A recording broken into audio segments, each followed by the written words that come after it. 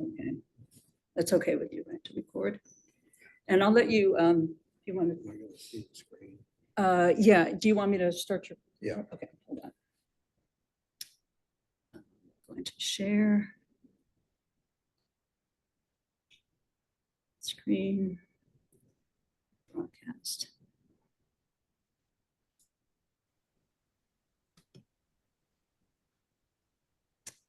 Point. There we go. So just click the, yep. Well, to say the least, this is a humbling experience to be with the club. It's John Swaddle's presentation last month is going to be a tough act to follow, to say the least, because with John's background and the things that he talked to us about, they're actually spreading across the state. Shirley was able to get the word out to some of the bird clubs and follow up on some of the points John emphasized last month, especially about the bird flu. And it has its own traction now, which is great. So I'll see what I can do to at least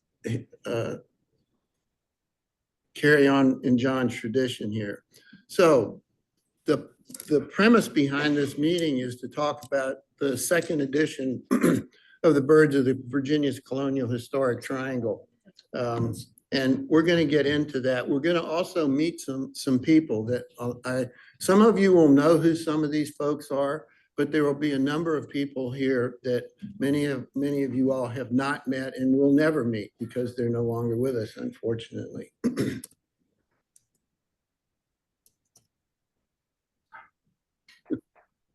So we're trying to get this to shift here. So it will go to the next slide. Oh, sorry, enter, yeah. Use that one. Okay, all right. Now we got the right buttons. So what I want to do initially is I want to make sure that I extend a thank you to the folks who have made that book or the second edition possible. I won't be able to name and get to every single person that's in there. But first of all, it's you all. We wouldn't have bird records if it wasn't for the people in the organization who have been supporting the Bird Club now for close to 50 years. There's some more to this, which we'll get into, but it's really everybody out there. But very especially, there are a couple of people that I think deserve special recognition.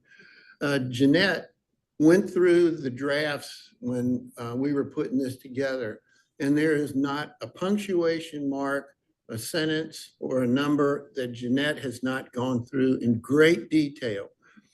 She wised us up to how to use apostrophes and what kinds of locations and things here deserve the names that she knew in the proper way to make sure that they were put in context. And then follow that up with Gary Carpenter. I thought Jeanette was thorough, but Gary Carpenter is just absolutely superb. And he was very patient. He went back and forth with me over lots of things about, Bill, I just don't think that sentence sounds right. And we would work through it and get it. So Gary and Jeanette have their fingerprints all over this. That one. There's some other people who contributed a great deal in the background, including Jim Corliss, who coordinated our Christmas and spring bird counts. And Jim went through those records and made sure that they were accurate. Deborah Humphreys is responsible for the cover design. And we owe a great deal of gratitude to her because of her expertise in knowing how this thing should look and then bringing it to life. Patty Maloney and Judy Jones took on what I considered to be a very difficult task, and that was sorting through photographs that people were submitting that could have been that they thought might be worthwhile to be put into the book. And so they had some difficult decisions to make, and they did it. They have a very practiced eye. Judy, in her own rights, an exceptional photographer, as we all know. So is Jim Easton, who's got pictures in here, and Carol Annis, and quite a few other folks. there. And then, of course, Nancy picked up the ball when I stopped doing records a few years ago, and Nancy has kept the lid on that and made sure that we are as accurate as possible. So her hand is there quite well. This is a picture of her with Don Jorge, whom we met at his coffee plantation in Veracruz, Mexico. Some of the best coffee I've ever had in my life, and the snacks that his wife had prepared for us. Shirley's nodding her head. So it was just terrific. And I've had this picture for years, hoping I was going to find a way to use it. So, so this is the Colonial Historic Triangle. We were collecting records because of where a number of us lived for years that were Williamsburg, James City County, York County. And the lines are drawn a little bit strange here, but the idea here is that you're looking at three watersheds here, well, two primarily, but three watersheds, the York River and the James River, and then the Chickahominy watershed. So we've got polyhaline down here at the Goodwin Islands, down here at the just opposite Pocosin, polyhaline, high salinity, until it gets, well, it stays pretty saline all the way up towards West Point, whereas the James River is brackish water by the time it gets up here towards Williamsburg. All of these things have a direct relationship on their bird populations. And then, of course, the Chickahominy being largely freshwater. But we have, so let's get to this next one here. So that's a picture of the book. There's in order to get there, we have to sort through a whole lot of data. And one of it, we come to the conclusion at the end of all the process here that of the 472 species of birds that we have documented, the state of Virginia has documented over its long history of bird data collection, 363 of them have been documented right here, Williamsburg, James City County, and York County. That's pretty remarkable. And it's due to the habitat diversity that we have here. And it goes from farmland to the water sources that I talked to you about, as well as some of our great residential neighborhoods. Can't think of how many bird species we're finding, some of them pretty rare, that show up in our local manicured neighborhoods, but the birds have found, especially in the wintertime, they have found great refuge there. So, and then of course, back to the people again who are posting all the records. In the book, we chronicle the two species that are chronicled in the book that were the first for Virginia, but were found slightly, just ever so slightly outside the bounds of Williamsburg, James City County, York County. And one is a fork-tailed flycatcher in 1988. We were all on our way, several of us were on our way to do some lease turn work in Hampton. And we got a phone call that this bird was being seen at a farm directly across the James River off Tomahawk Creek in Charles City County. So it's just a couple of miles away. So we went tearing over there, and sure enough, the bird was sitting on the wires there. Well, this is what not only a first for the state of Virginia, it was so incredibly rare for North America that people were coming here from all over the place, and the bird stayed almost all summer.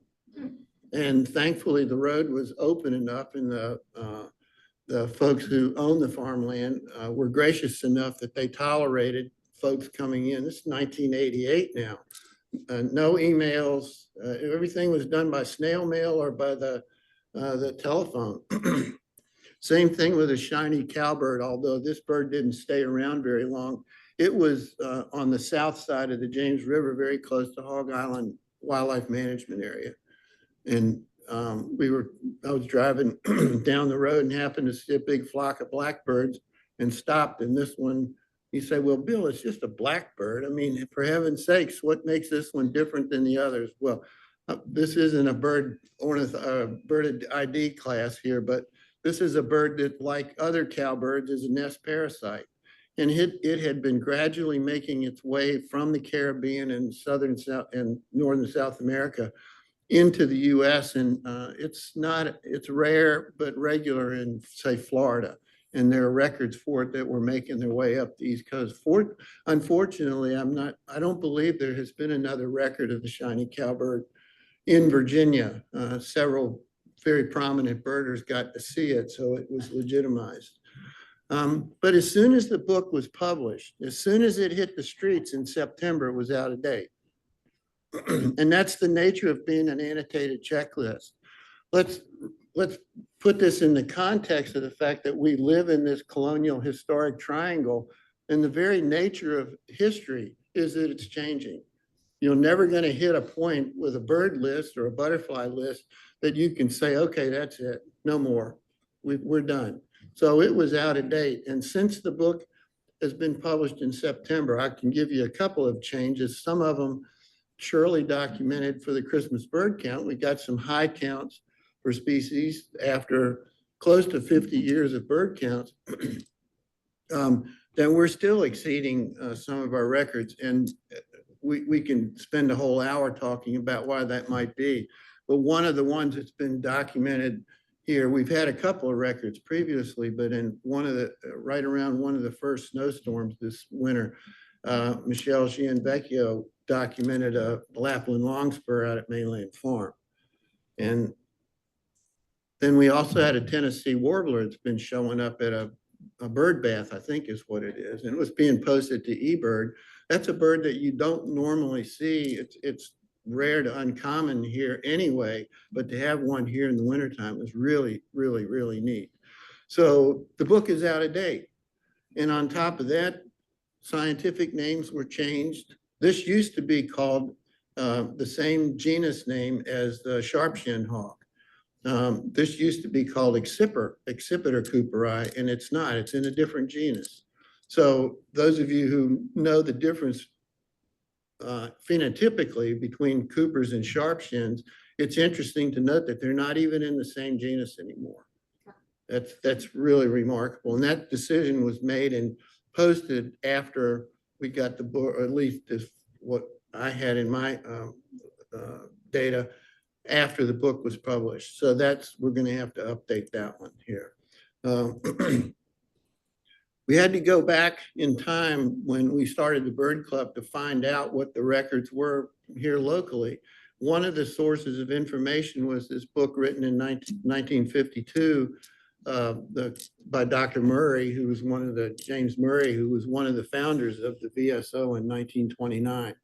And Dr. Murray finally had the time, he's a practicing minister, had the time to compile this checklist of the birds of Virginia. And there's an interesting part in here where you read, and he had to justify how decisions were made about what birds to include in the book. There weren't a huge number of birders in the state, as you can think, and especially the way the information was being communicated. It was either by telephone or by mail, handwritten notes. And you'll meet a couple of these people here in just a few minutes. But Dr. Murray's criteria was that the bird had to be verified by at least one or more people, in addition to the observer.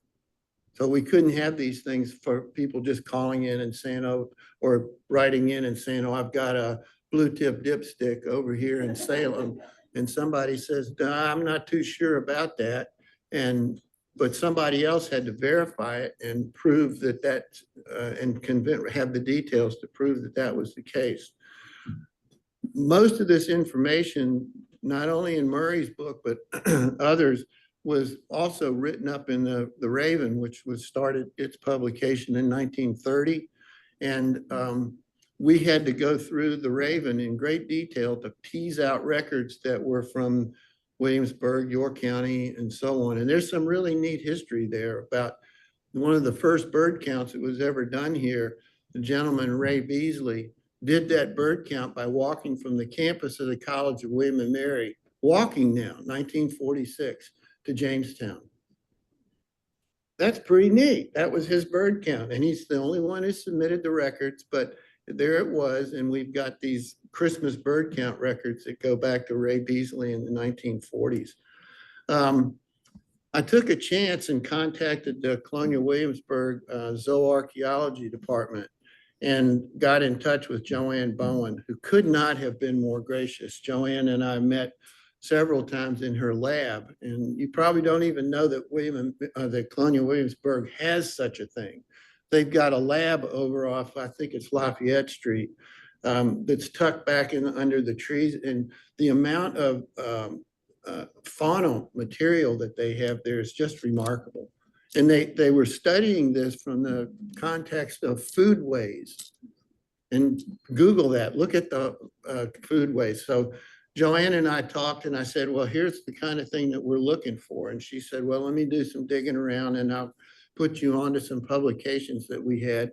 And a lot of their information, of course, was gotten from analyzing the things that they found in trash pits or old latrines. And that's what some of these bones there are from. And we didn't find too much that wasn't unexpected.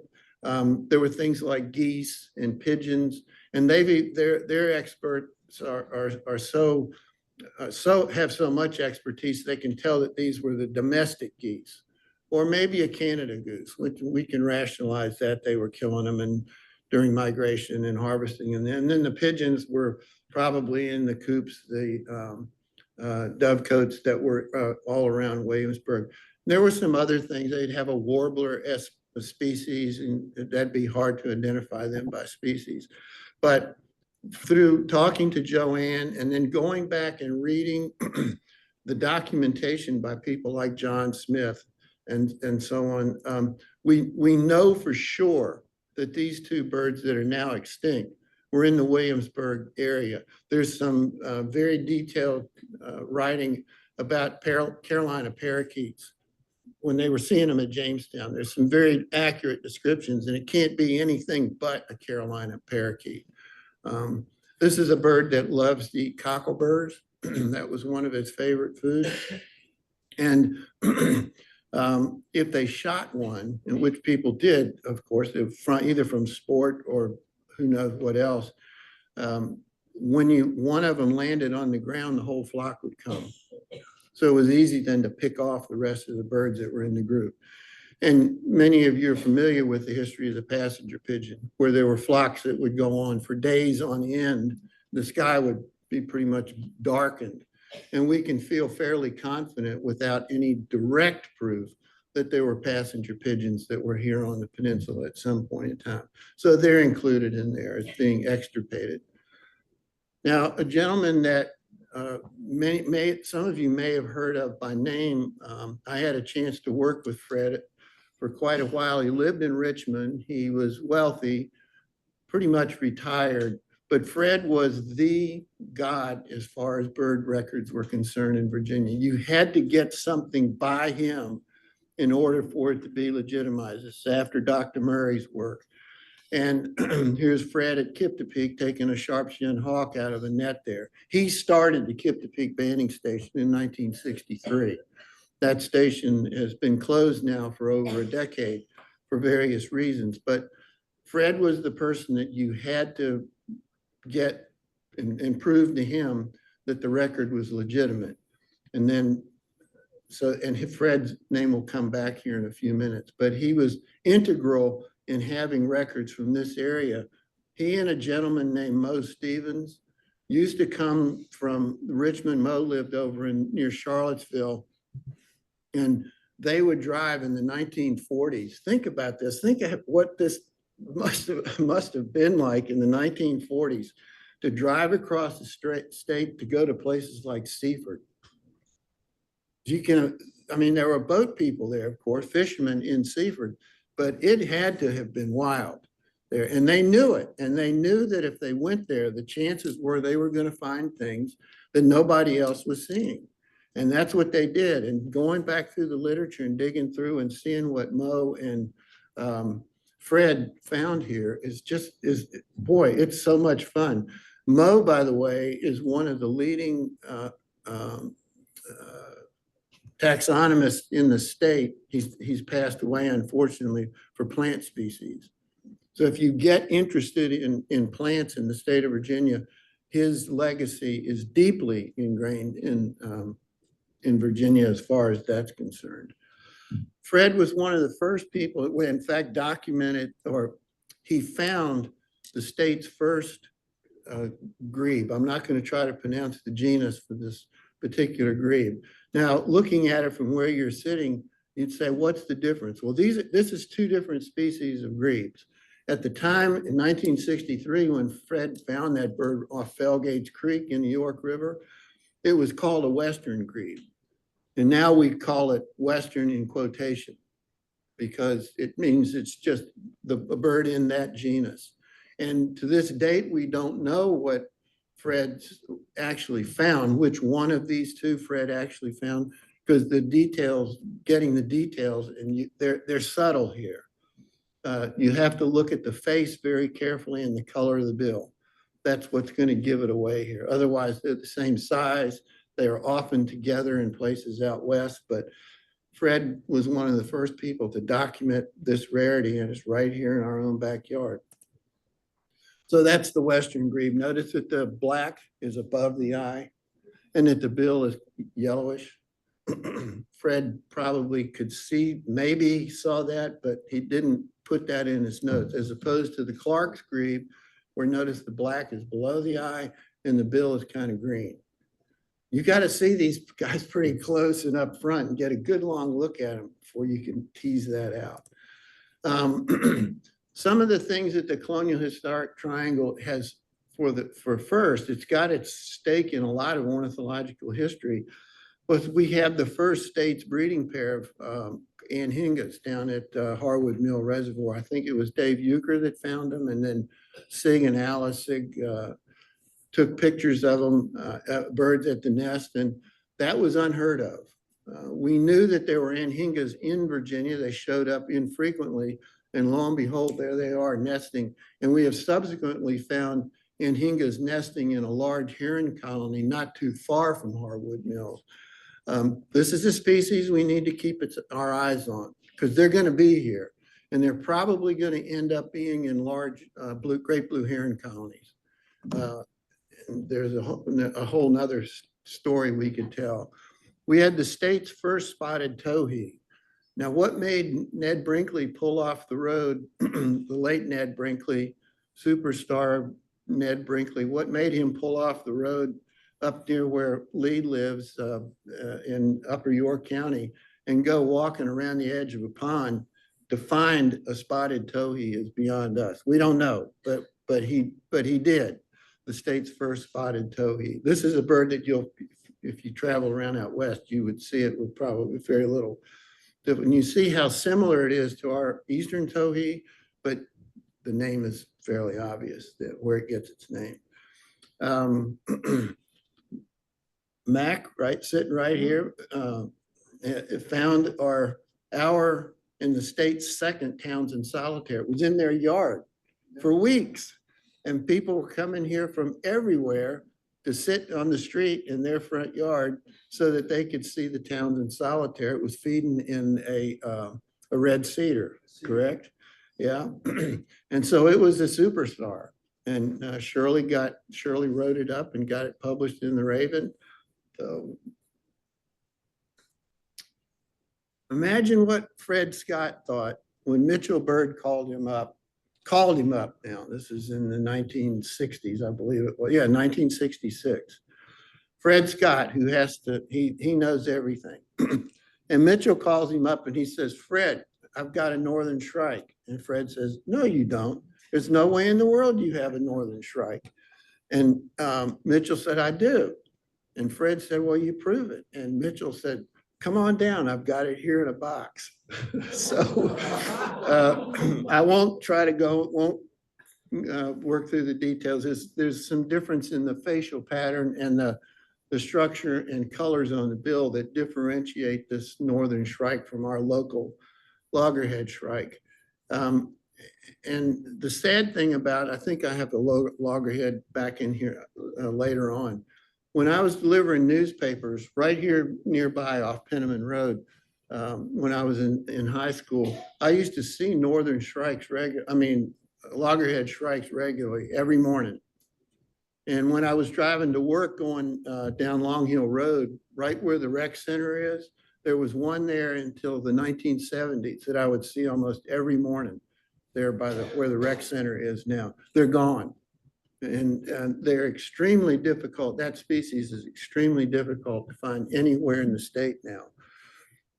We were at the very cutting edge, if you will, on a very brief period of time in which fulvous whistling ducks showed up in Virginia and along the East Coast. We haven't had any records in the state in decades now, but there was, I think, one shot on the Chickahominy River, one or two harvested by hunters, but the other was right in Queens Lake. And right there by the spillway. And I remember when they actually came back a few of them came back a few years later and were right there by the dam.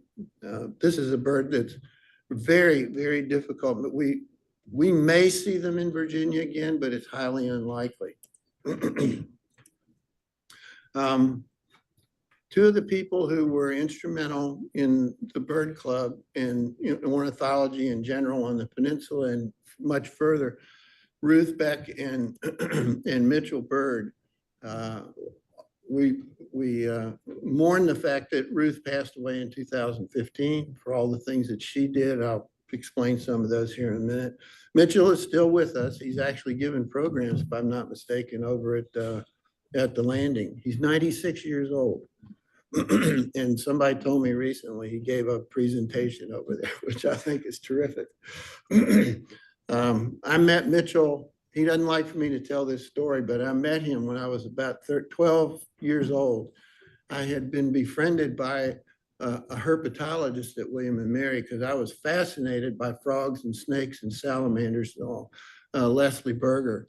And Mr. Berger would call me in the spring about this time of the year when we heard frogs calling and ask mom and dad, excuse me, if I could go with him and drive around at night, especially on rainy nights, to pick up frogs and things. Because at that time, instead of taking pictures of them, he collected them and then preserved them. And my job was to write down the information on the label about the date and what the location was. Well, Mr. Berger, Les, called mom and dad one day and said, can Bill go with us out to Brunswick County? That's a good almost 2-hour drive here from Williamsburg. This is in the mid 1950s. And, nowadays, would you let your 10 or 12-year-old son drive off with a guy? Anyway, they let me go, and Mitchell was in the car. And when we got to where we were going, which was the turkey farm, Mitchell jumped out of the car, and his job was to go and see what kind of parasites there were inside of turkeys on farms. And that's how I met him. He jumps out of the car, goes over and finds a dead turkey, and he's cutting it open to see what the parasites were in there. And then, of course, from then on, we became great friends. Mitchell and Ruth would pack all of us up who were in graduate school in the early 1970s and take us to what was then the Hampton, or now the Hampton Roads Bird Club. And we would all sit in the back of Ruth's station wagon, and 6 or 7 of us packed into that station wagon, go to the Hampton Roads Bird Club, which was a part of the Virginia Society of Ornithology. And Mitchell was a president of VSO at about that time. One thing led to another, and Ruth and I got together and said, look, we've got this many people in Williamsburg that are interested in birds. Why don't we start a club here? And here we are. One of the founding members of the Bird Club was Bill Sheehan. Here's one of the folks that you may have heard of, but would never recognize. Bill was quite a character. He was the former commanding officer at Cheatham Annex. And he had been recently retired there, lived over off Jamestown Road on Oak Road. And when Bill said he wanted something done, he got it done. And I'm telling you, if he said for you to meet him at 7:30 and you were 1 or 2 minutes late, he let you know it. And he wasn't being friendly about it. He let you know. But just a fascinating, incredible man.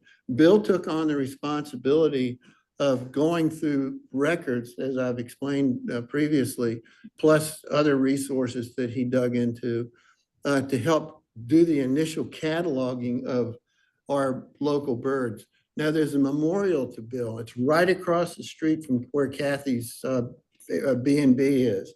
And here it is. There's a plaque on the ground to Bill. The Bird Club put it up there. And there's a bench. And it's sad because if you didn't know it was there, we need to find a way to try to relocate this, if you will.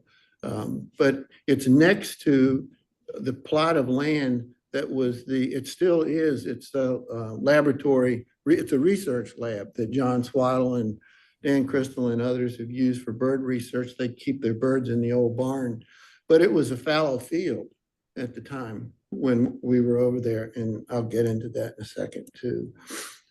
So Bill was greatly responsible for putting together this first annotated checklist. There's one here. And then that led to 2012, the Bird Club publishing the first edition of the Birds of the Colonial Historic Triangle.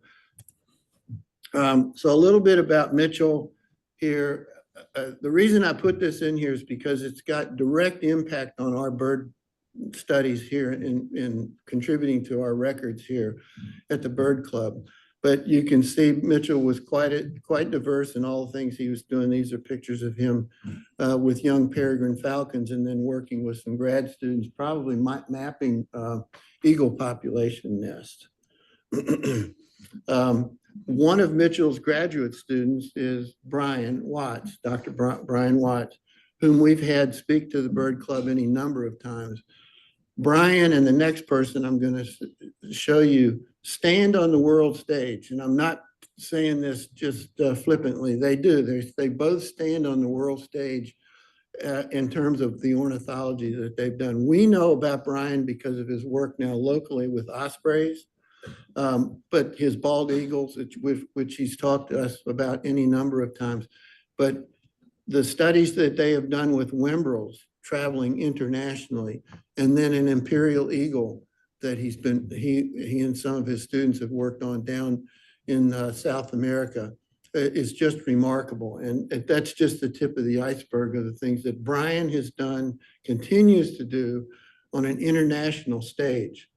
But the one that I doubt if any of you will know who this gentleman is. This is Bob Kennedy, Robert Senior Kennedy. Google that and see what you get now. I tried to find out some things, and you'll see why in just a second here. But you don't get him if you put in Robert Senior Kennedy at this point. But Bob, when he was an undergraduate at William and Mary, he was just barely a C student. Working, he was a swimmer. He applied to graduate school at William and Mary. He was accepted conditionally. That means he had to really, really buckle down and do what he needed to do to stay in graduate school. Well, he drove Mitchell's, when he did get accepted conditionally, and that means if he stubbed his toe, he was gone. He drove Mitchell's secretary, Audrey, crazy. Because every time Audrey turned around, Bob was in the office. I want to buy a boat. I want to do this. I want to do that because I'm going to study ospreys. And lo and behold, he became one of the nation's pioneering and leading experts in ospreys in North America. In 1974, Bob held an international conference on ospreys at the College of William and Mary. When he left William and Mary, he went off to LSU, and that eventually led his studies to the Philippines, where he became the world's leading expert on the Philippine eagle. And as you can see, was an author of the Book of the Birds of the Philippines. Bob died this summer. He was killed in a bike excuse me. He was killed in a bike accident. He was a competitive marathoner and distance bike racer. And I don't know the details. I'm sorry to get emotional about it, but I couldn't tell you how many incredible bird trips Bob and I and a couple of other people went on. We thought nothing of getting up in the middle of the night and driving down to the tip of the Outer Banks to look for birds in the wintertime. It was, Bob would call up and he'd just say, hey, I'm going to go somewhere. And you want to go? Okay, sure. We'll go. We'll do it. So again, as you can see with Brian and Bob standing on the world stage ornithologically, their roots were right here with Mitchell. Bob and I, when Bob was doing his initial osprey work, I would go out with him and we'd look at osprey nests. I can remember climbing up in an osprey nest on the Chickahominy and finding eggs that looked like this. This was 1970s now. This was right after, within a year or so after DDT had been banned. So the effects of DDT were still being metabolically passed along by ospreys into the osprey eggs, and the nests were failing for different reasons than we're seeing now. Then Jerry Vaya, who a lot of you know, picked up and did work on the eggshell thickness after Bob had gone off to LSU. One of the demands that Bob had was to start to do a bird banding at that place where I told you where the Bill Sheehan Memorial is, that fallow field there at the Population Ecology Lab site. And Bob insisted that he set up a bird banding station there because Mitchell had a banding license. And Bob said, well, I'll just band on your license. I'll be a sub-permittee.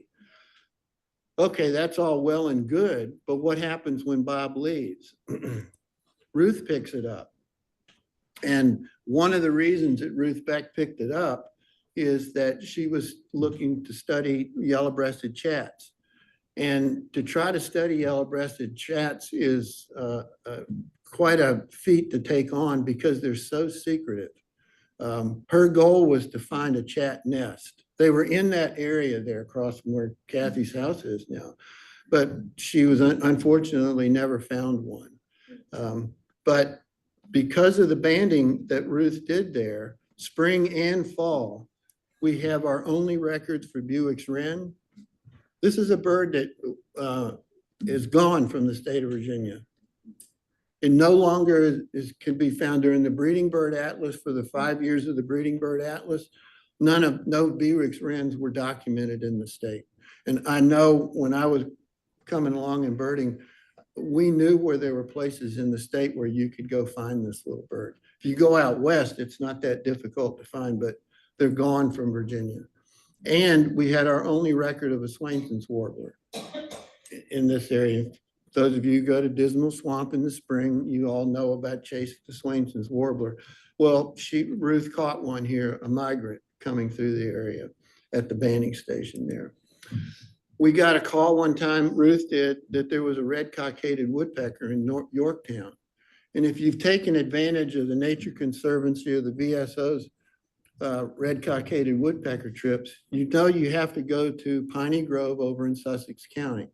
And then you look at the trees and you listen for them, and they're easy to find because of the colonies and the family groups that the people have tracked there. There's this one that's banded, color banded, so that they can track the familial relationships among these birds. Well, nobody believed that this red cockaded woodpecker could possibly be in Yorktown.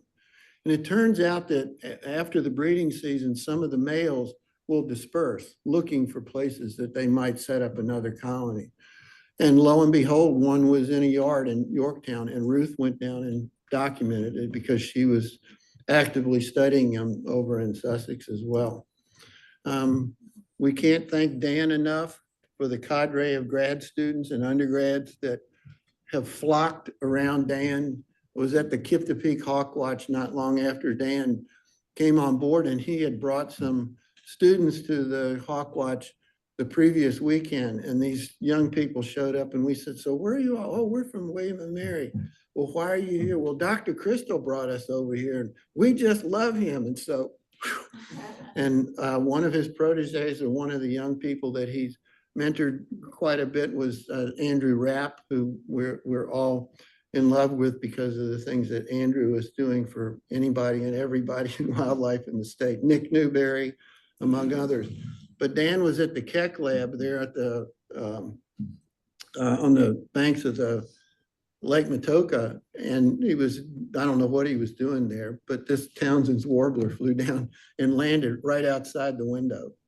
And it was our first record and one of the first in the state, one of the few individuals documented for the state of Virginia. We've had records since then, but nevertheless, Dan was in on that. And we look forward every month to reading Dan's column in the Virginia Gazette. And he uses the proceeds for that. He sends them to the Bird Club, which is just fabulous. Tom Armour, World War II pilot, decorated World War II pilot, flew on and off aircraft carriers. One of them landed him in Kings Mill. And we kept getting these bird reports from some guy named Tom Armour. And who is this guy? And he would post things that we were having our Fred Scott moments, trying to figure out whether or not this guy really legitimately knew what he was talking about. Well, he did, because he photographed them. Now, this is early on. People weren't doing this kind of thing. But after a hurricane, Hurricane David, he documented our first magnificent frigate bird circling around over the marina at Kings Mill. That's pretty cool. Tom also documented our first, and I think our only, records for little gull, which is a bird that if you spend enough time on the down in Norfolk and Virginia Beach in the wintertime and look at enough Bonaparte's gulls, you'll probably end up seeing a little gull at some point. And it is little, but look at the black underwings. That's a key characteristic here for the little gull.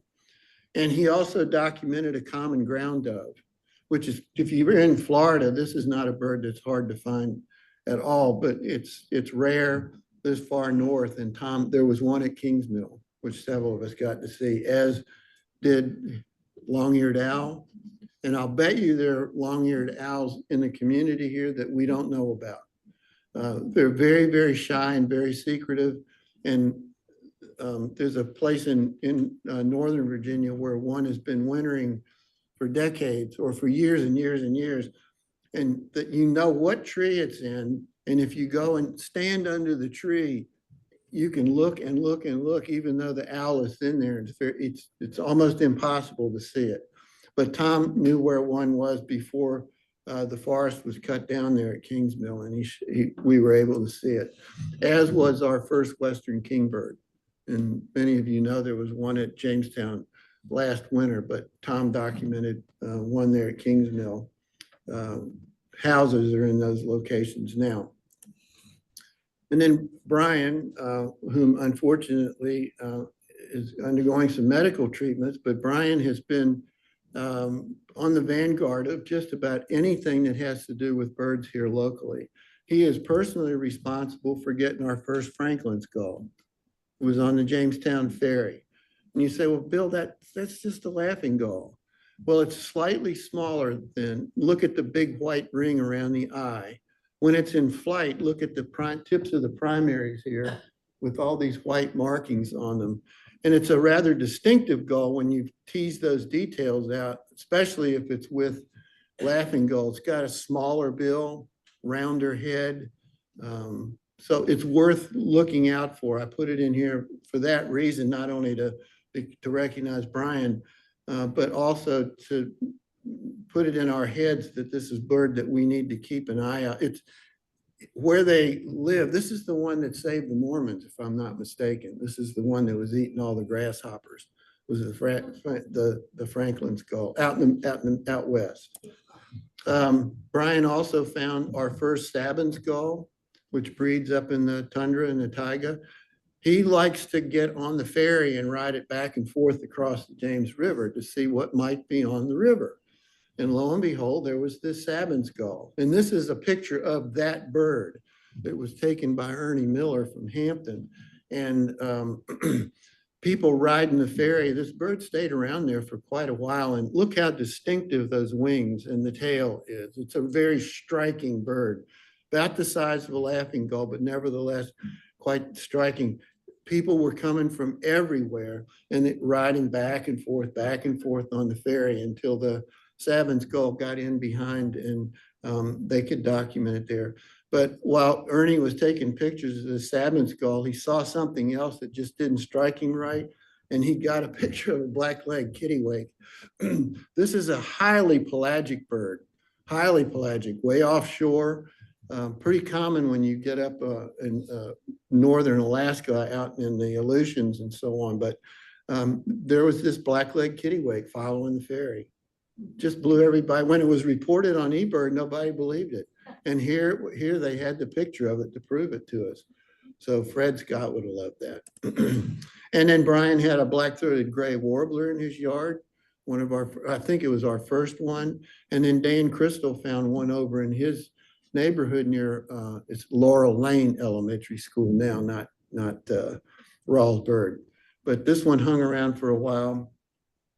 So Brian had that one. And he had the state's first Western meadowlark at Mainland Farm a few years ago, Virginia's first. Now, who can tell the difference between this Eastern meadowlark and the Western meadowlark? Yeah, look at the face.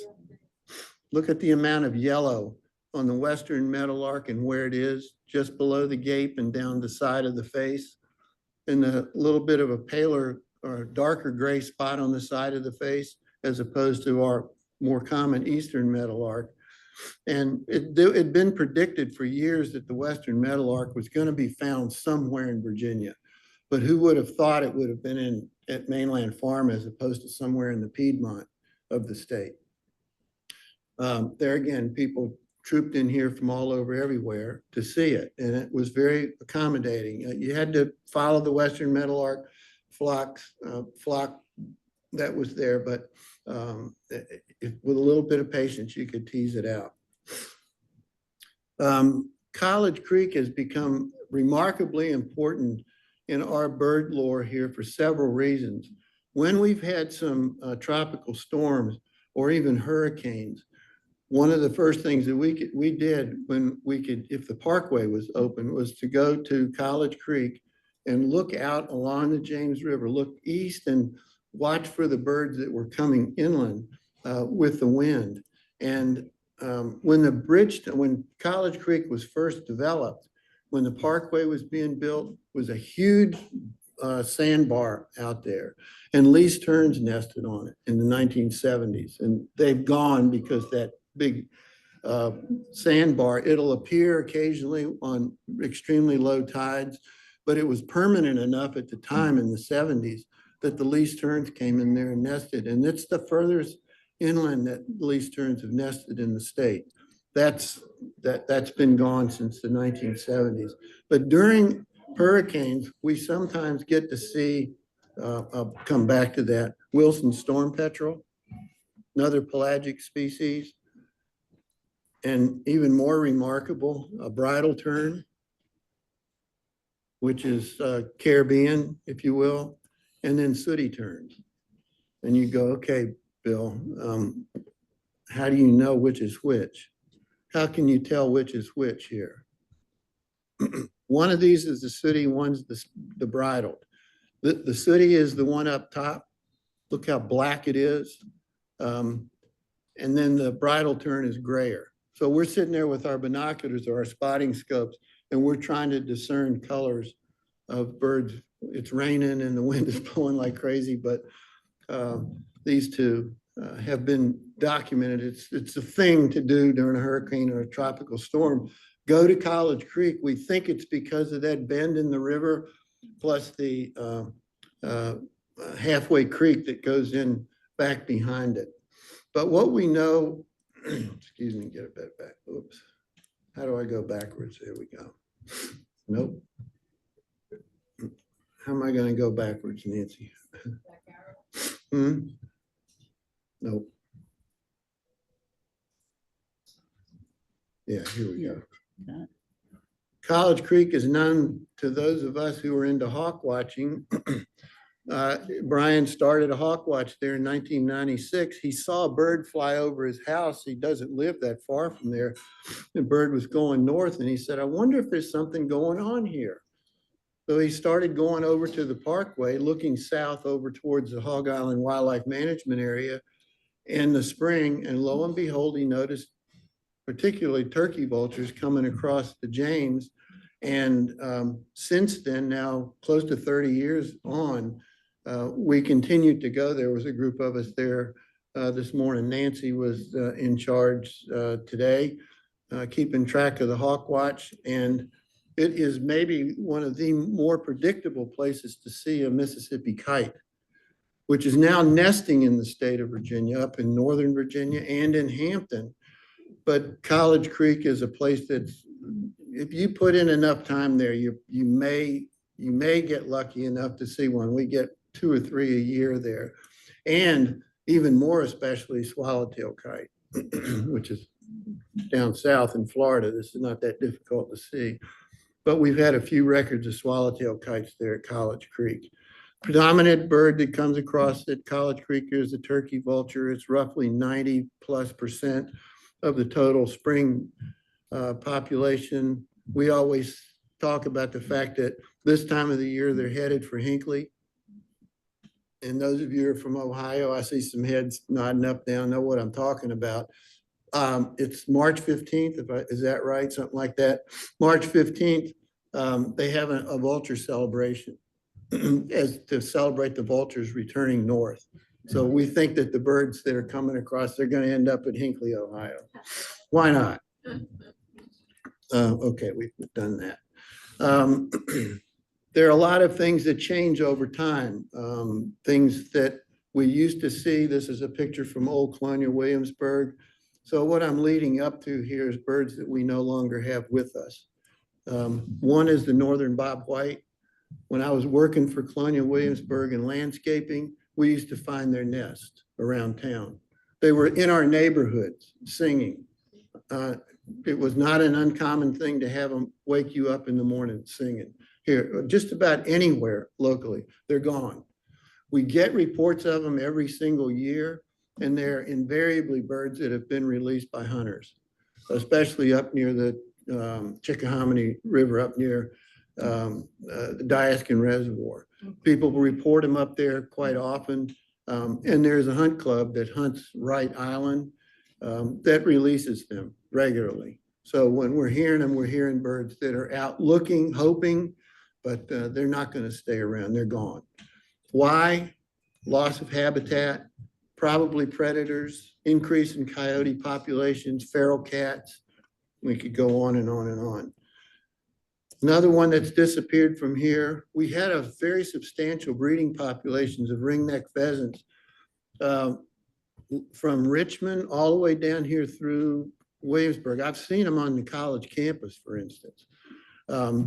And Mitchell had a grad student, Hans Wachmeister, who studied ringneck pheasants when he was working on his master's degree, and discovered that a limiting factor on the pheasants sustaining themselves was calcium.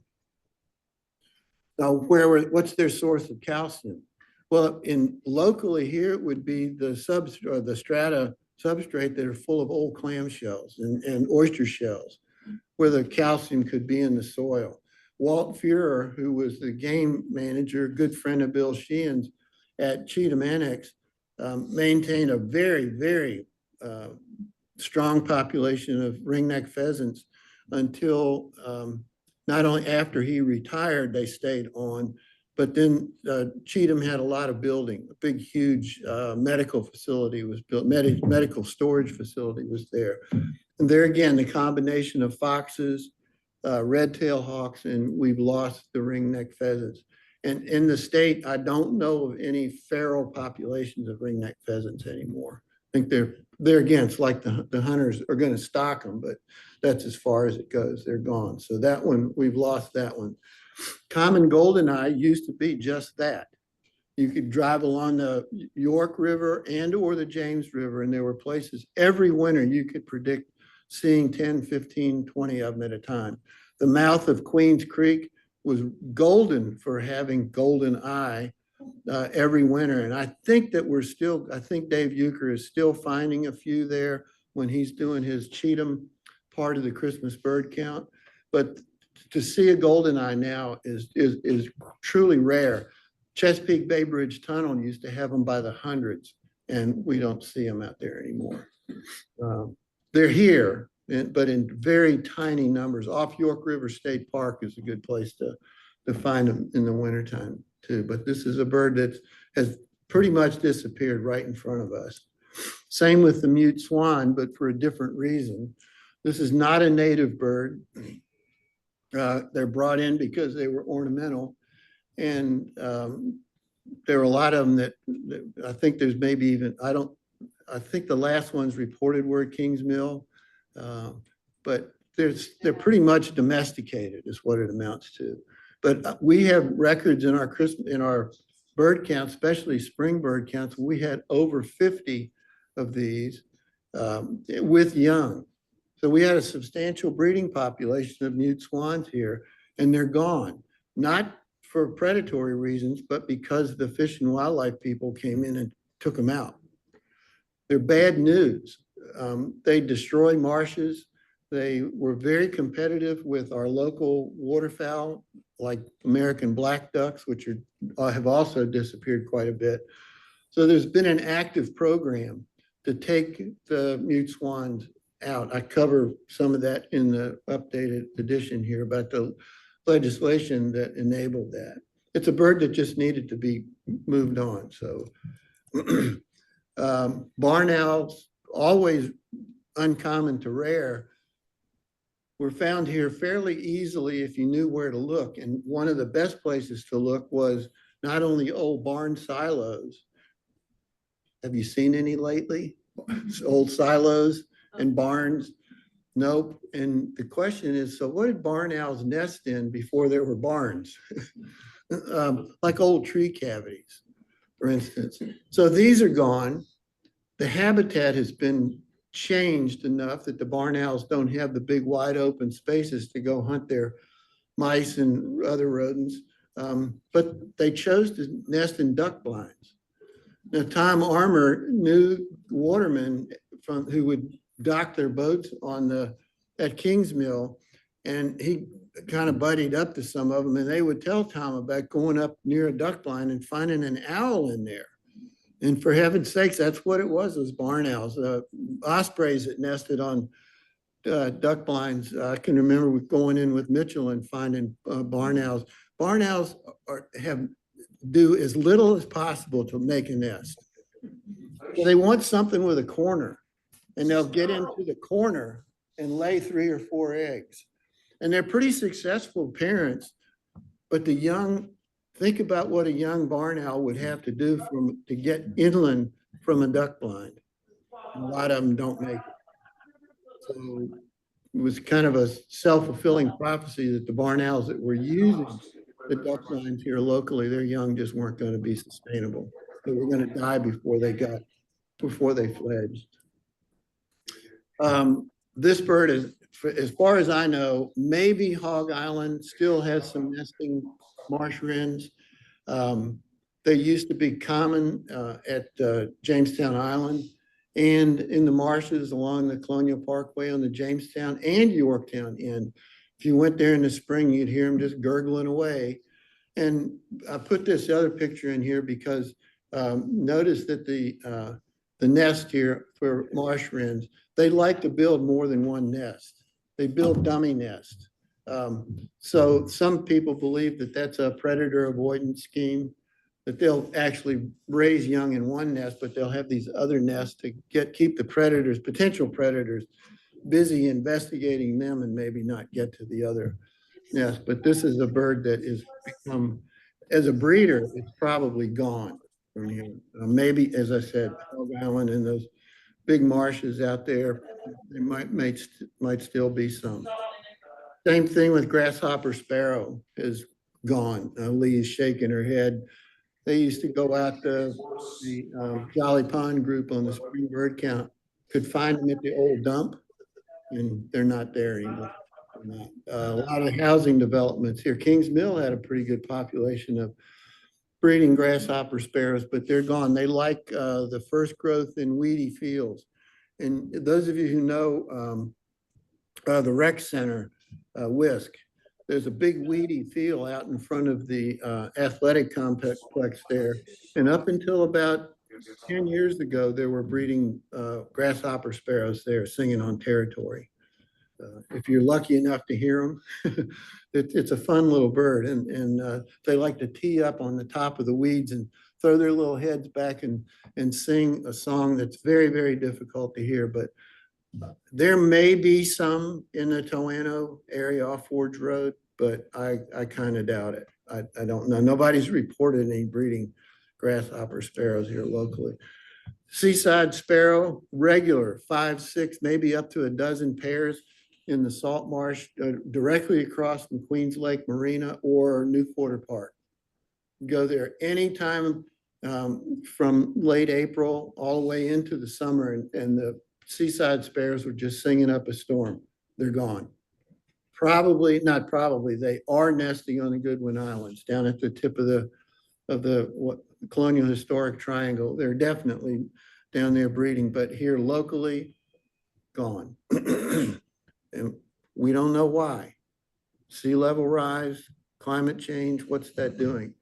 Kentucky warbler was also relatively common in places like the College Woods, Lake Matoka Woods, breeding in there.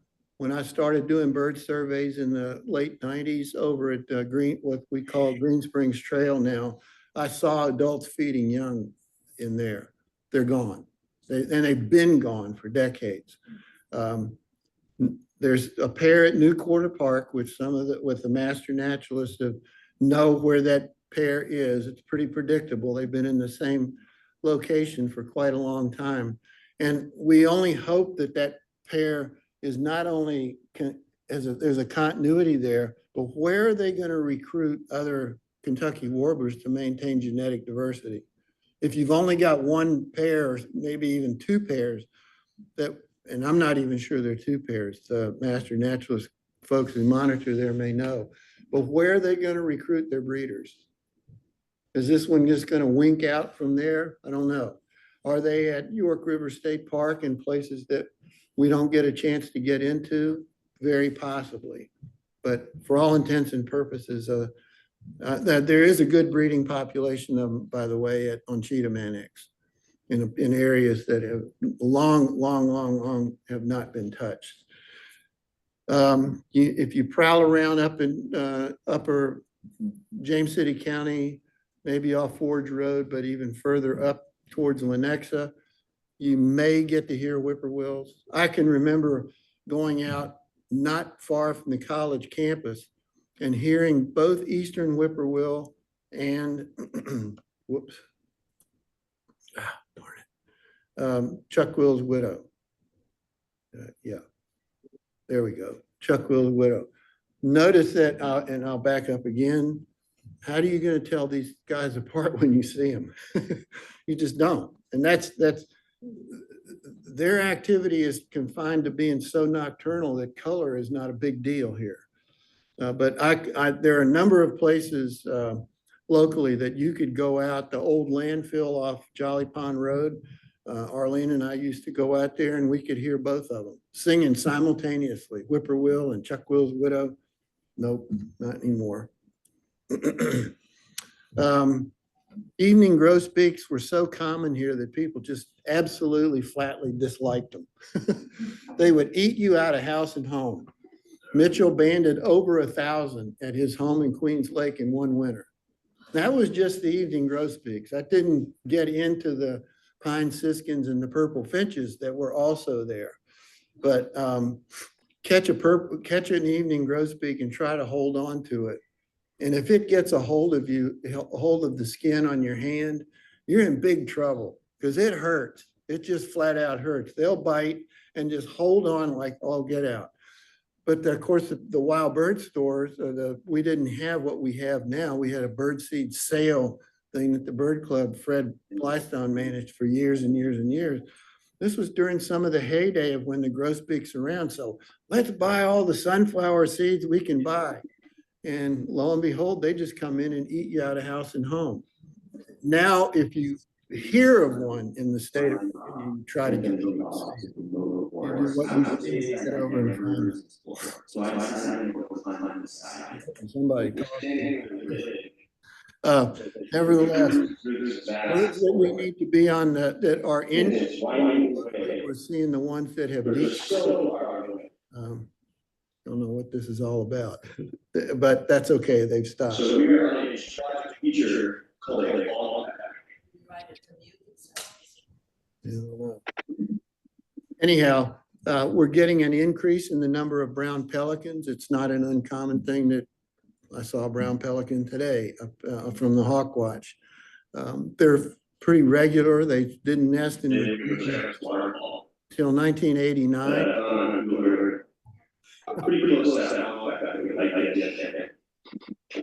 Someone out there in Zoom land has got their mic.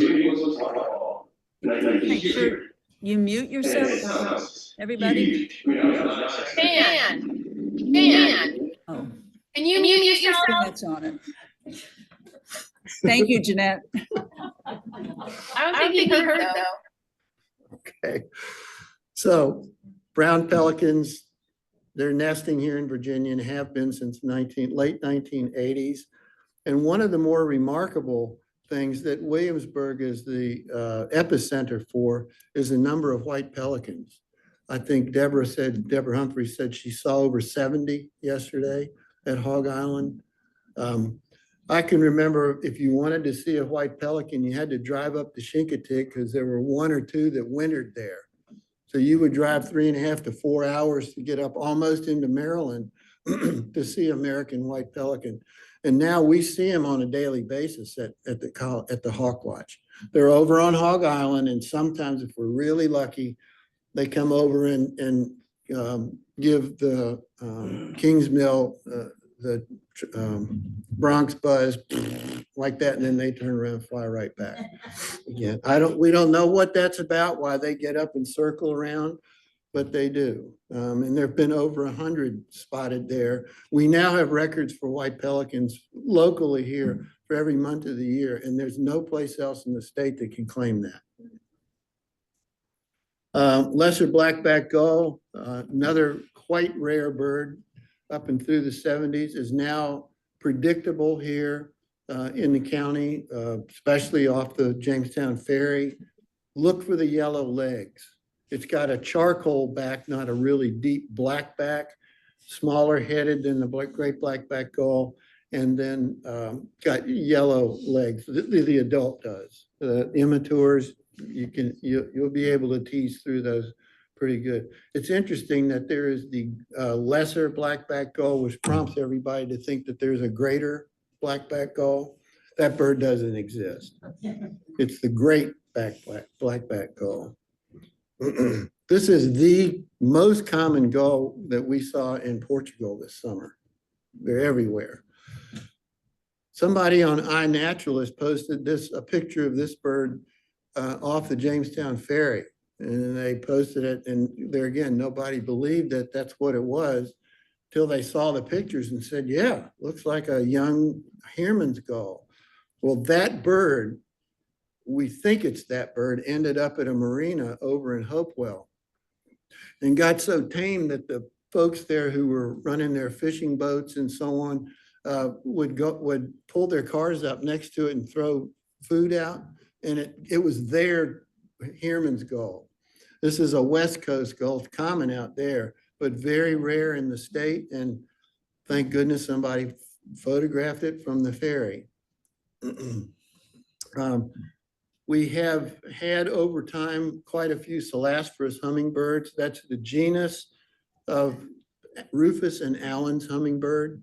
We've got at least one hummingbird or more in the community right now that we hope is going to be banded within the next week or so to confirm whether it's a Rufus or an Allen's. We won't try to work through the minutia that you have to do to differentiate these two. You've got to get them in hand is what it amounts to. But we've had a number of records here, and we're very fortunate with that. There again, it gets back to the neighborhoods where people are leaving feeders out. The one now, the lady has quite a few feeders out, plus heating units over the fish. She puts out units over top of the feeder to keep them from freezing at night. Carol O'Neill, who lives in Governor's Land, had 2 of them at her house one year.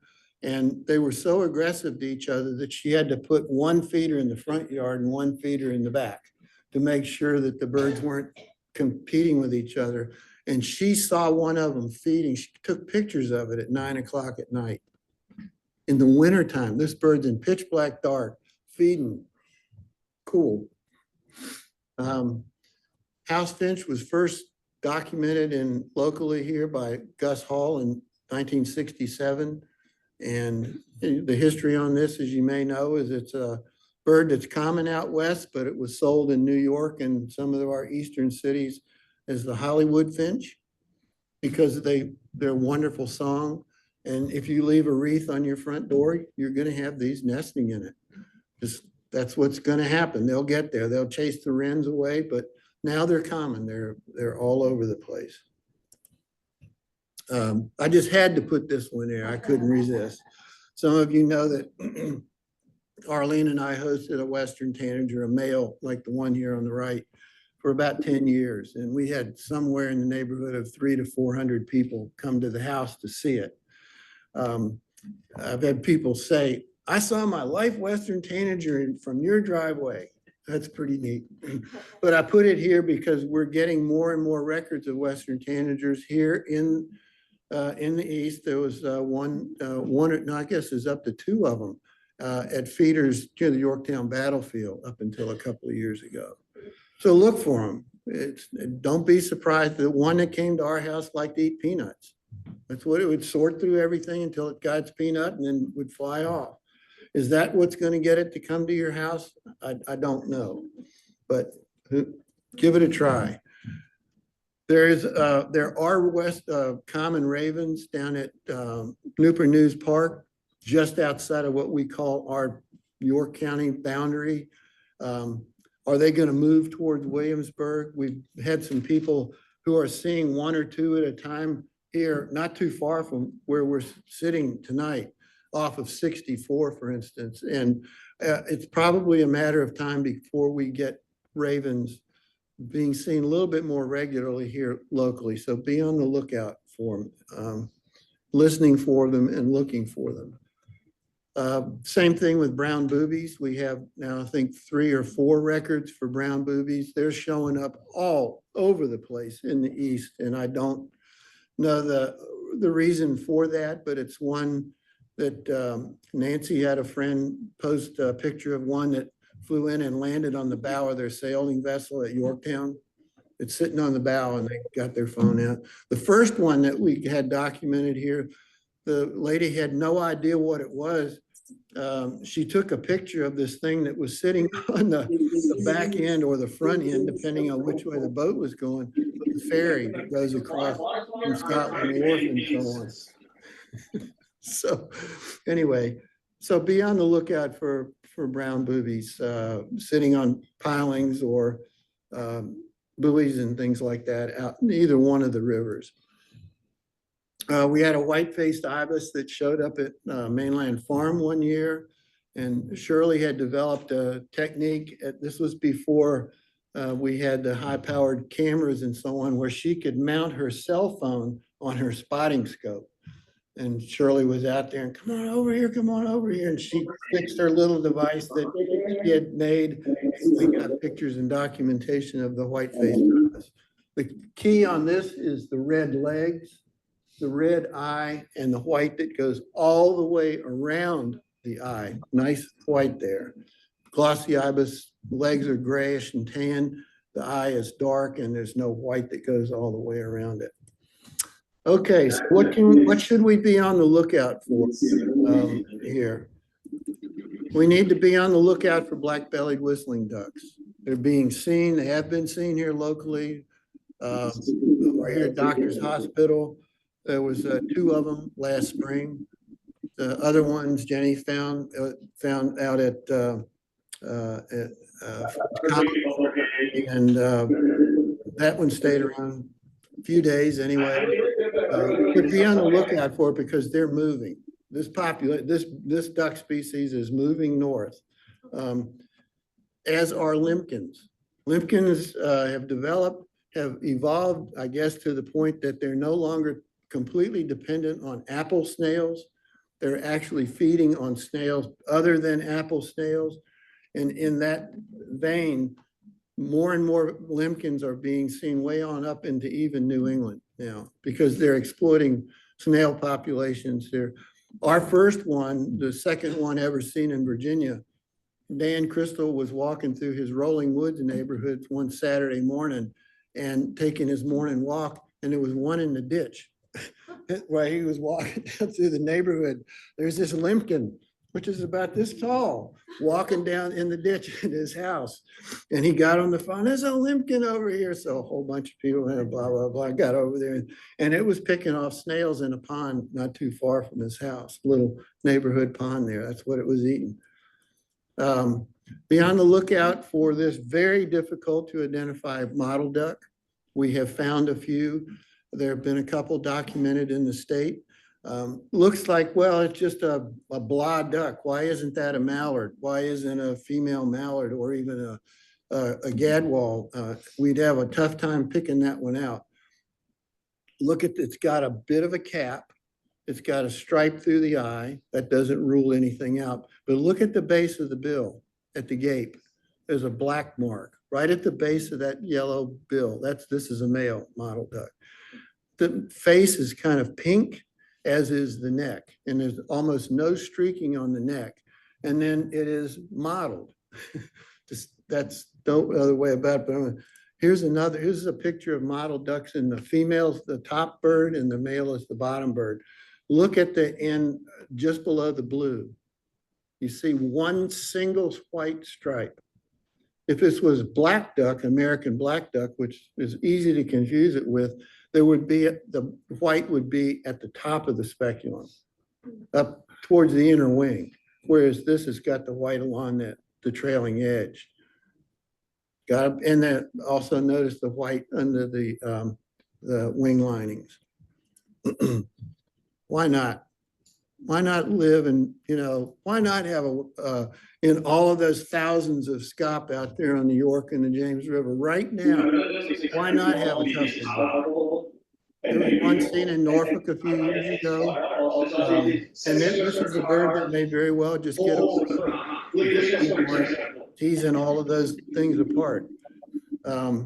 Eared grebe is another one we need to be looking carefully for. Looks like our horned grebe, which I'll show you in a second, but it's colloquially called the blackneck grebe for obvious reasons. And that's one way to pick them out. The other one is that its head is dark on top with a bit of a peak towards the front of the head, and the bill is slightly upturned and the eye is orange in the plumage that we're likely to see him. But look at his little bottom sticking way up out of the water. His little butt sticking way up out of the water. But see the difference between that and the pied bill grebe, the horn grebe that's abundant here in the next few weeks. So eared grebe's up there on the left and the horn grebe is, so it's a very different profile when it's sitting on the water. But look for the eared grebe at places like Little Creek Reservoir, because they really prefer fresh water. Pacific loon is long overdue here. They're seen in the state pretty much annually, but it's long overdue. It's smaller than the common loon. Bill is smaller and thinner, and that's got that little bit of a necklace there if you're lucky enough to get a good look at it. So look at every loon that you see, especially off Yorktown, because there's quite a few loons collecting at Yorktown right now. Look through them carefully because it's a good chance, or I shouldn't say a good chance. Just be aware that that's something we need to keep our eyes out on. But get good documentation. Any of these that I'm showing you now, get as much documentation as you possibly can for them. It's a matter of time before we will get a Rivley's hummingbird being seen here in Virginia irregularly, as well as the possibility of a Mexican violet ear. In the winter, like we have with our Celastrus, these are going to show up at a feeder and you're going to look out there and go, holy smokes, what in the world is that? They're big, they're very active. Rivley's, in fact, is a quite large hummingbird. But there again, get some good documentation for it. Mexican violet ears used to be called green violet ear, are seen in North Carolina more regularly than one would think, as opposed to here in Virginia. And then sandhill cranes also moving north. There's I think there's a pair in Loudoun County right now, and if they've been there for weeks. They show up in the Charlottesville area. We've had them pass over the Kip-to-Peak Hawk Watch a couple of times.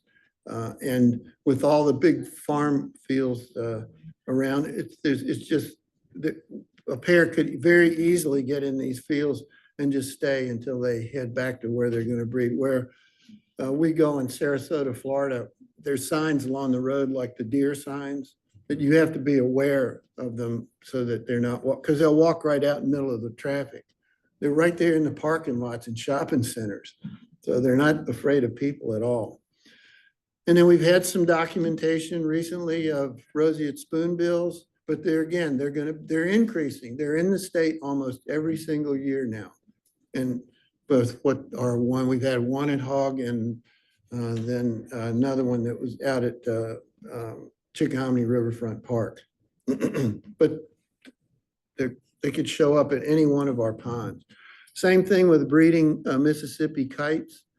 They're breeding far north of us. They have for many, many, many years up in the Arlington, Fairfax area.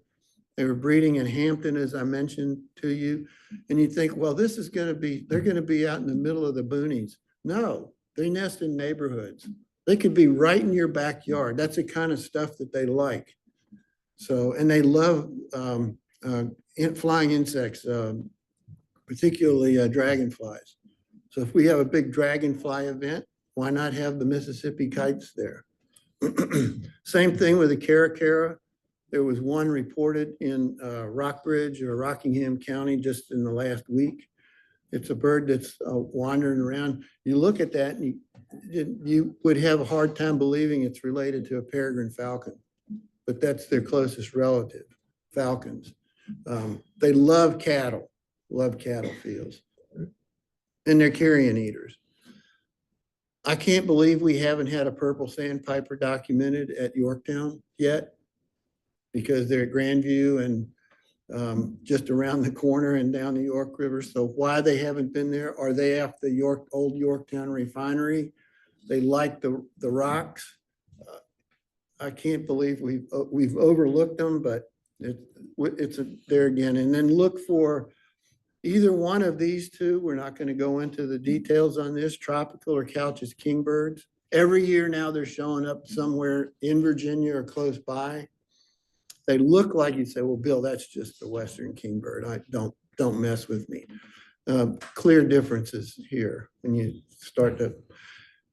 Here's one that I'm really amazed that we haven't gotten a record for, and that's a Say's Phoebe.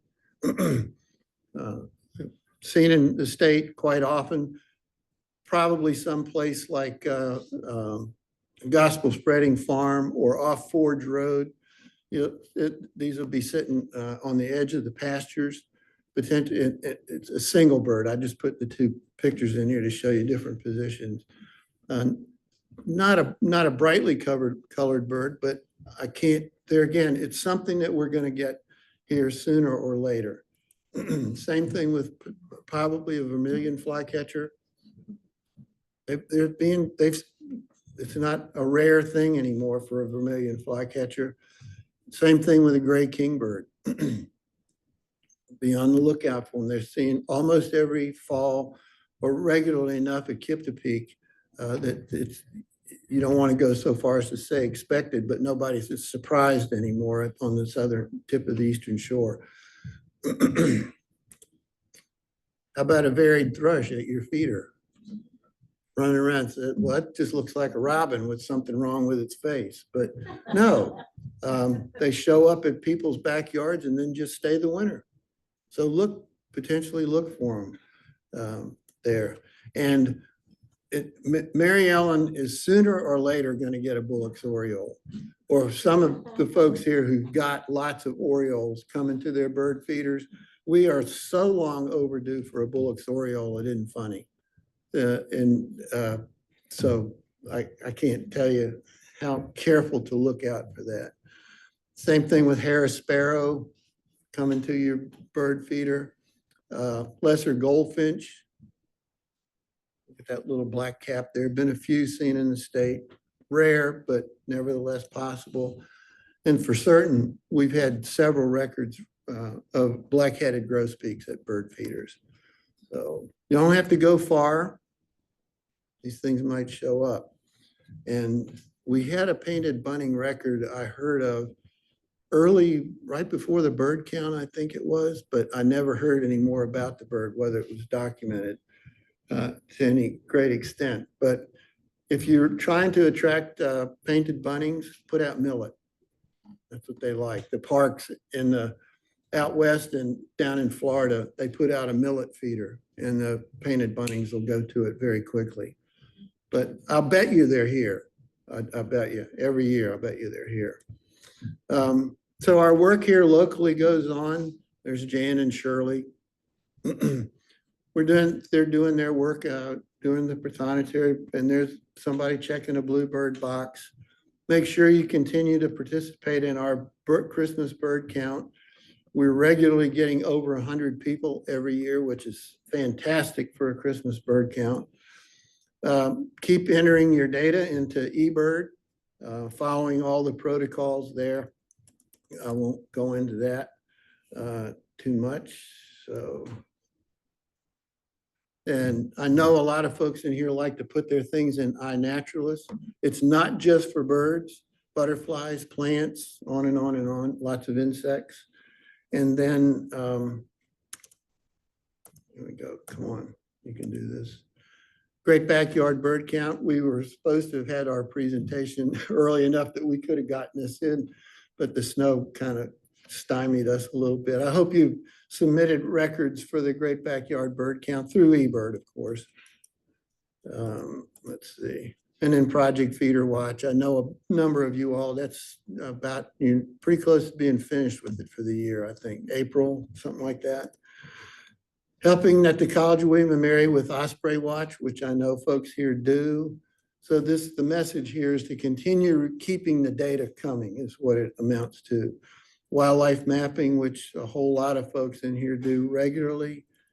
And we've got a small contingent here been putting up boxes out at Ford's Colony, for instance, George and some of his friends. And we're hoping to attract chimney swifts, which are struggling across their range.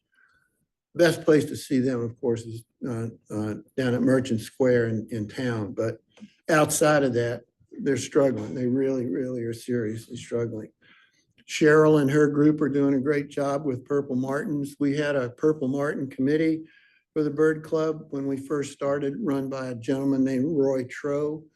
And Roy wanted to make Williamsburg a purple martin capital, and he pretty much accomplished that. There were purple martin colonies at most of the motels in town.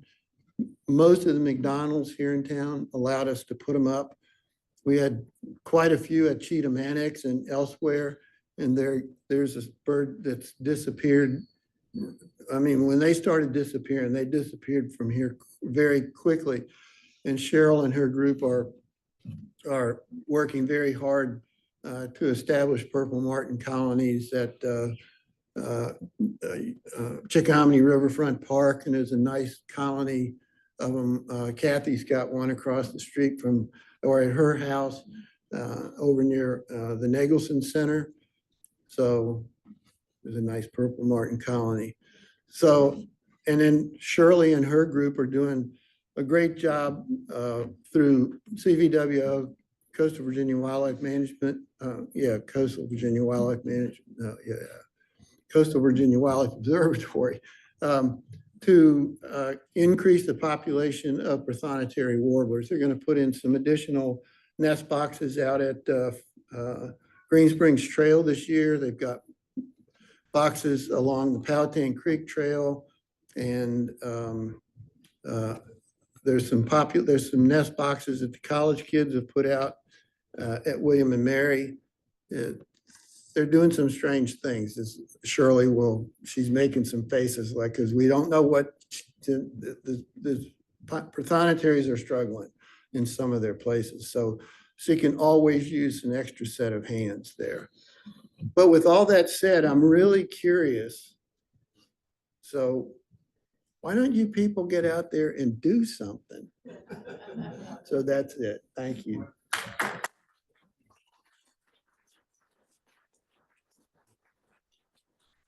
I'll try to answer if anybody's got any questions. I've gone on way too long, but if anybody's got any questions. So we have a microphone, so if you want to. I don't know. Well, the things on the, yeah, Kathy. Just take that. Kathy. People at home can. We're doing feeder watch at our house, which we've been doing for 20 years or something. And one of the things that I think I've noticed, but I'm not sure, is that some birds are much more skittish. And like if I show up, I'm standing behind the living room window inside the house, the red-winged blackbirds, the females, just fly away. Yeah, that's a good thing. And then at the same time, a little ruby-crowned kinglet comes flying, 2 feet from me while I'm putting the suet out. Yeah, isn't that fun? It seems like maybe the bigger ones are more skittish. This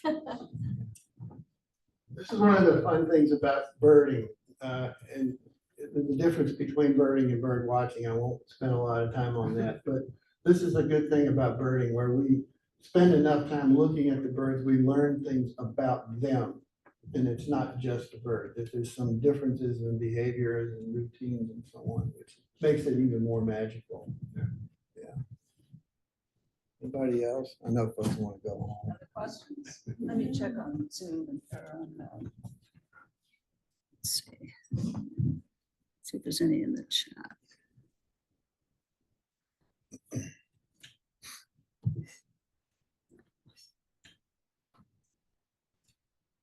Stop share.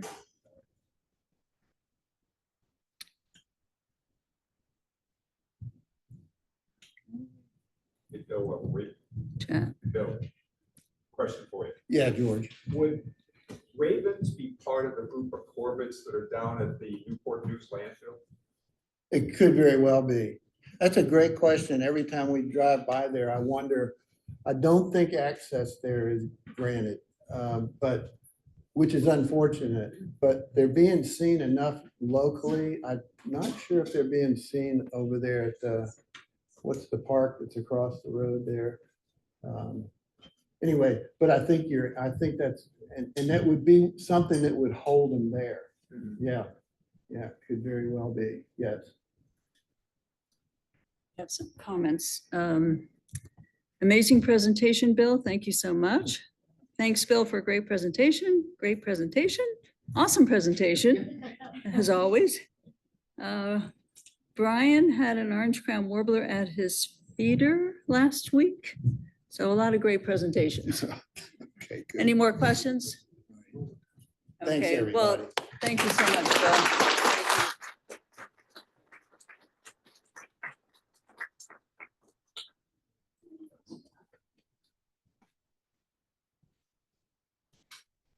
That was fabulous. I learn so much every time I hear Bill, and I love hearing all the past participants and folks that, most of us didn't know, or names were familiar, but really great to hear the information about them. So now we just have a few announcements. I think Scott Hemler's on. No, maybe. Scott, are you there? And would you like to say anything about Bird Walk? Maybe not. Okay, I'm here. Can you hear okay, me? go for it. Yeah. We had our February walk. I guess that I was unable to attend I had to take care of my dad's medical condition, but I imagine it went good. I don't know. I wasn't there. It was cold. I can imagine you had a chilly morning. We had But nine participants. It was 23 degrees when we started, but we hung in there. that's good.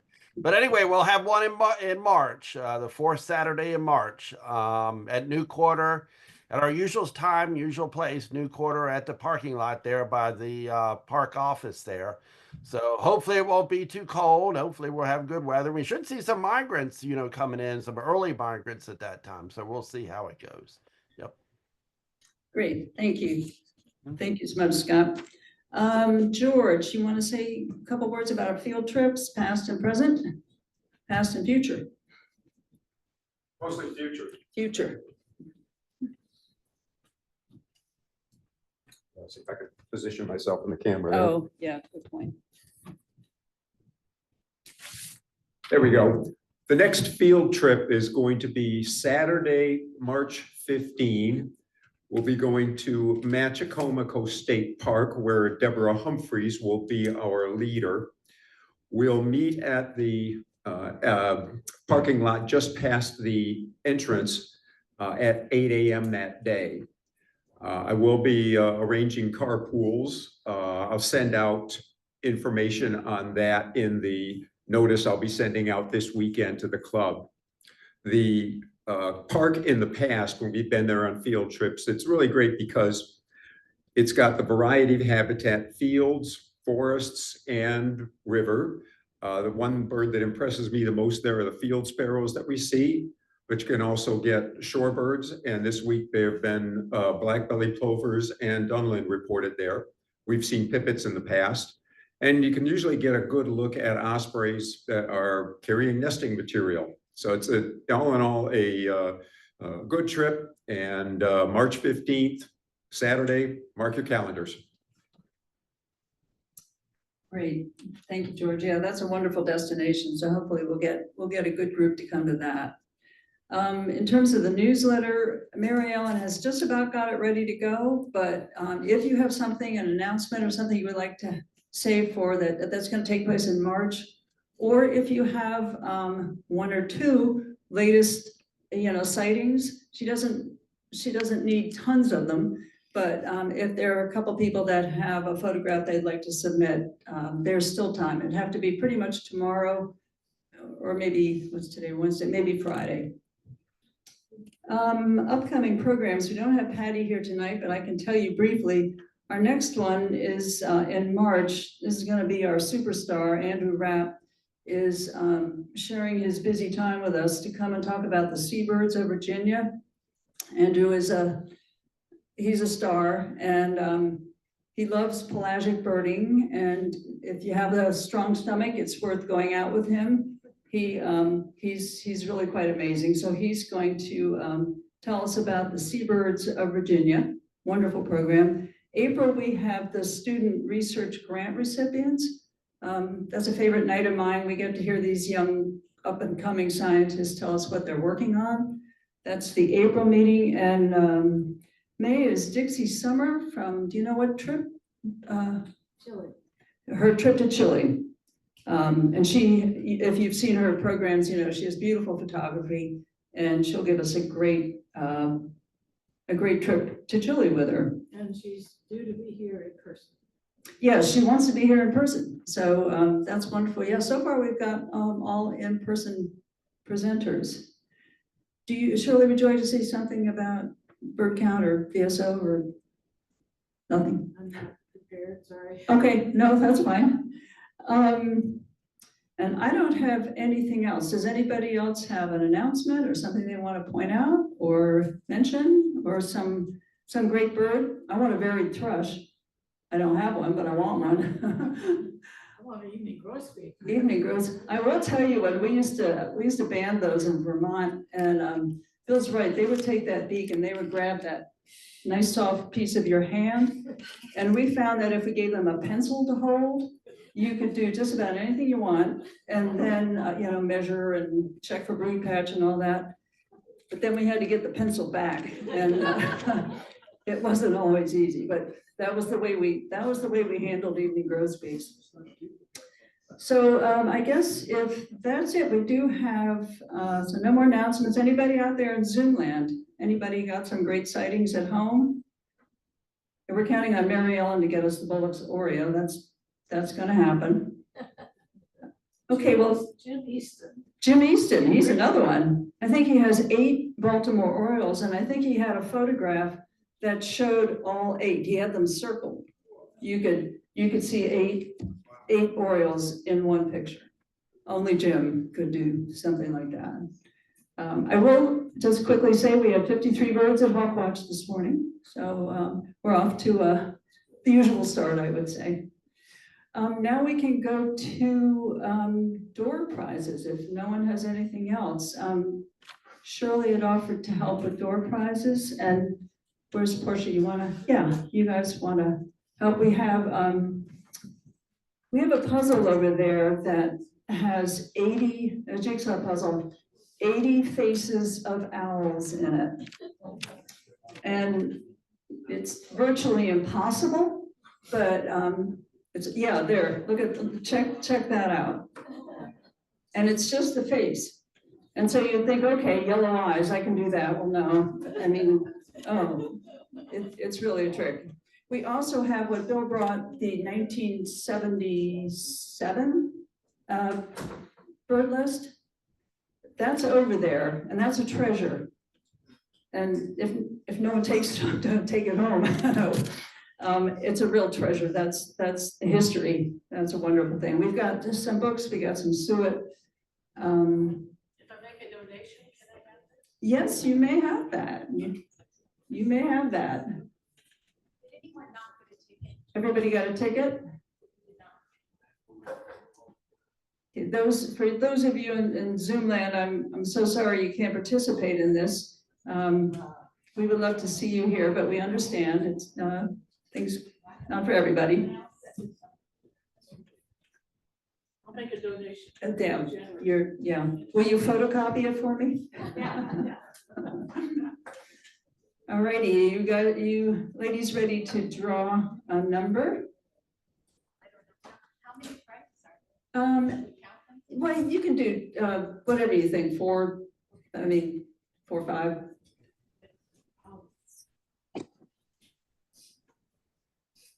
All right, last 3 numbers are 507. 507. Whoa! 507. How do you feel about jigsaw puzzles? It'll tease your brain. It's not an easy one.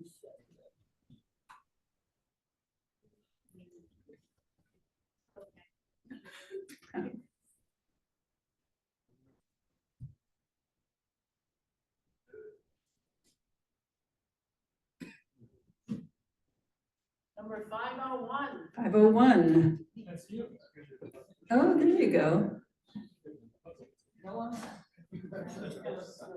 Oh, Bill took those cute note cards. Those are pretty, aren't they? Yeah. Mhm. There goes the puzzle. Maybe not. She's looking at how hard it is. Yeah. Number 510. 510. There you go.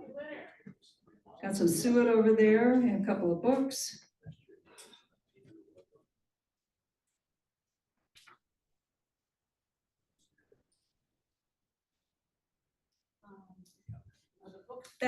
That's okay. Well, we'll donate that for, yeah. One book for door prize. Yeah, right. Yes, I should mention that Bill's book is over there. I feel like many of you already have one, but we do have more of them over there. Okay. 513. 513. Great. Oh, take the puzzle. We want a report.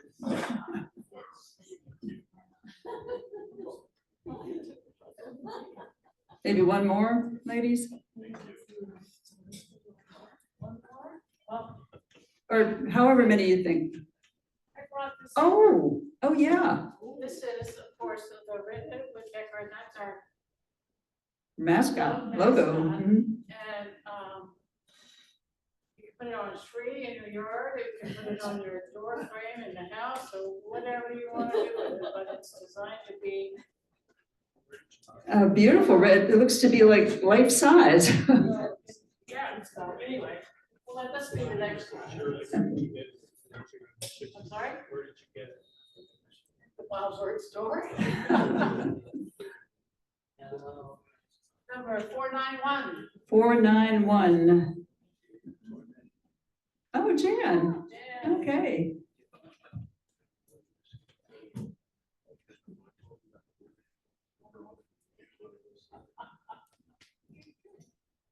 It's up to you. Do you want to do?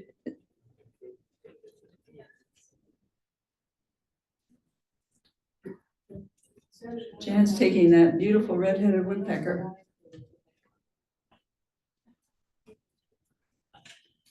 One more, Sure, one more. we gotta, take a suit over here. Hmm. 484. 484. Great. 484, no? 484? Oh, it could have been,